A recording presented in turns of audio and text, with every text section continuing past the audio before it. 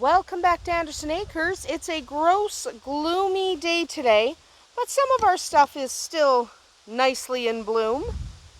See, look at that, and our snapdragons are still doing their thing because we haven't had frost yet.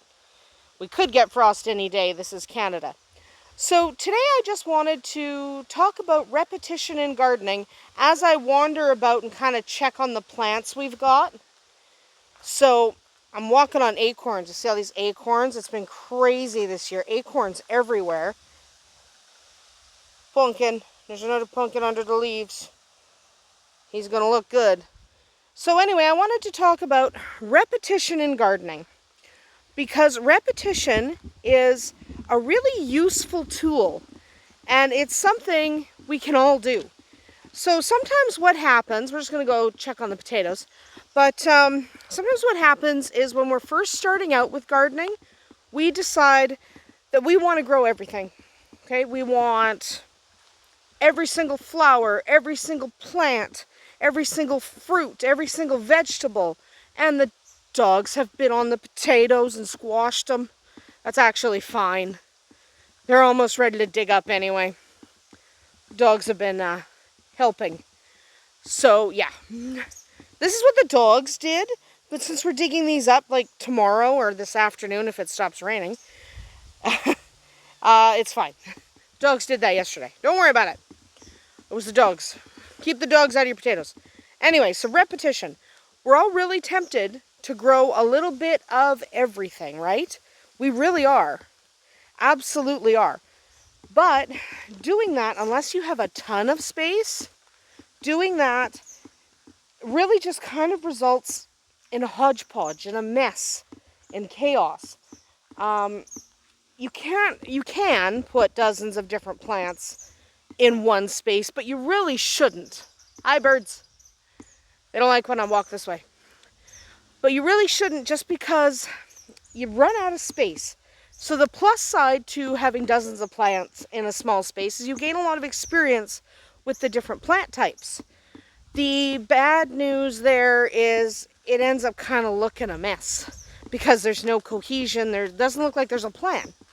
Now, if you like that hodgepodge look, then go for it. But if you want something a little more cohesive, a little more professional, try using some repetition. Okay? Repetition can solve your problem.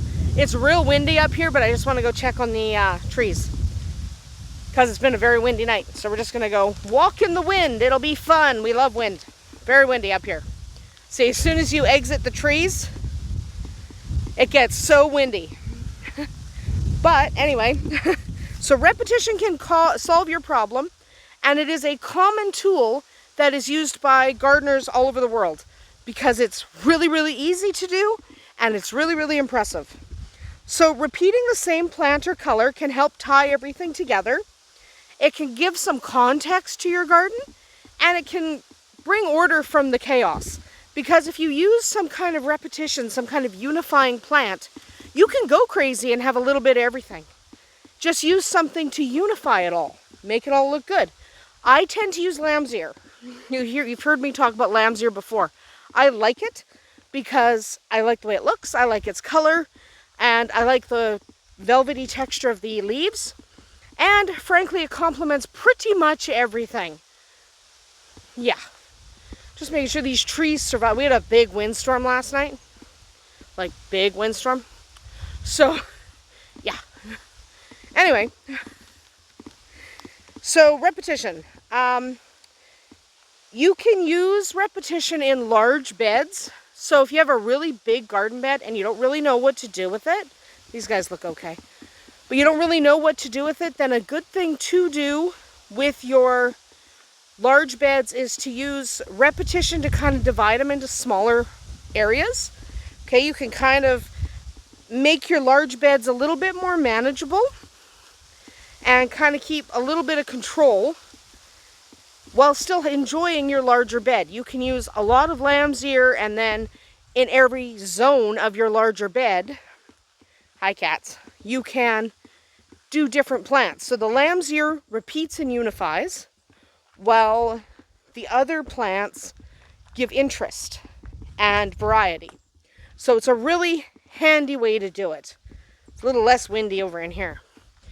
Yes, we're coming to the end of our growing season, so as these videos progress, you will notice more and more things stop growing here. So these guys are still doing a little bit, and this guy's trying, and these guys are turning color. I've already picked a bunch of these, so that's good. So if you use repetition to simplify your planting scheme and reduce the number of plants in one area, you're just going to have a more cohesive look. If you must grow a dozen different plants, consider doing that in a larger bed. So we have some fall peas coming up here. Okay. These are going to give us peas in about 2 weeks from now. They're a really fast growing variety. And these were leftover bean seeds that we just stuck in the ground. I don't actually expect to get anything out of them because it's late in the year, but it's always fun to stick them in the ground and watch them grow. Here goes a cat. Anyway, and our neighbor. Anyway, frog. Like our frog? I like our frog. So, also, Tequila in the window. She doesn't want to come out because it's kind of wet out here, but she also doesn't want me outside because she wants me to be with her. So, you know, what can you do? Also, why is my chicken on the ground? Come on, chicken. Stand up. Stand up.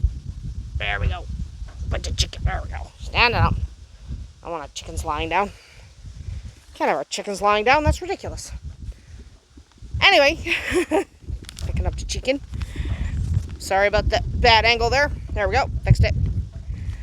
So, if you must grow dozens of plants, try to divide them into larger beds. So just make more beds. We're going to. Like, we're already starting. We're already digging up earth, making things happen, because we desperately want more growing space. See, and look at the pretty colors. See, it's already becoming fall. Where we are, where you are, things might still be bright and green and hot. But for us, right now it is mid-August, and that's fall for us. We're pretty far north. So, yeah. Enjoy your summer while you have it. See, we're already starting to turn. 2 weeks from now, we're going to be all yellows and reds, which is not bad.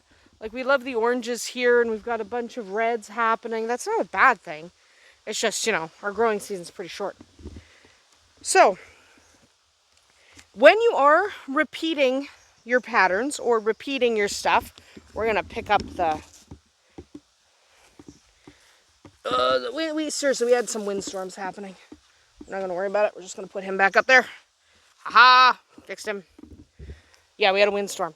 So, while you are repeating things, try growing things in groups of 3, 5, 7, 9.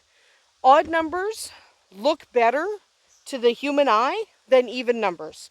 I'm not sure of the psychology behind that. There is psychology behind it, and I'm sure someone can explain it. But things in groups of 3, 5, 7 always look better than things in groups of 2, 4, 6. The exception to that is if you're doing staggered trees, like staggered rows. So in the front we have 5 blue spruce, but then we have 4 lilacs.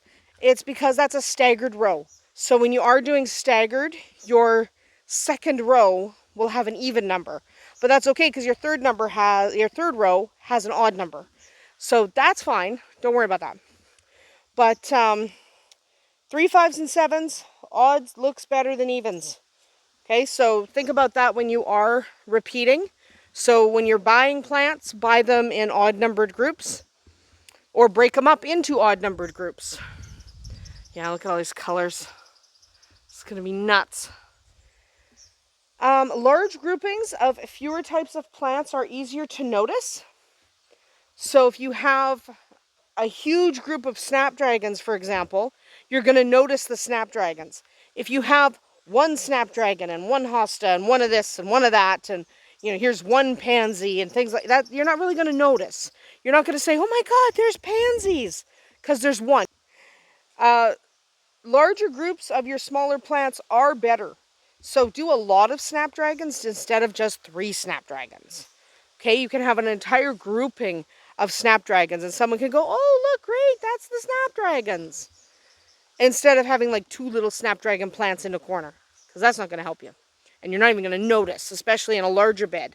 You're not going to notice 2 tiny little snapdragons amongst everything else. So use larger groups of smaller plants. Larger plants may not need multiples, okay? Things that have a larger spread. So obviously we're not going to have our corn and our like sunflowers here next year. Yes, we're getting into fall, so yep, everything's kind of going blah. But we're not going to have that stuff here next year. So this guy, as he grows, he gets a really impressive spread. So he's going by himself in the middle.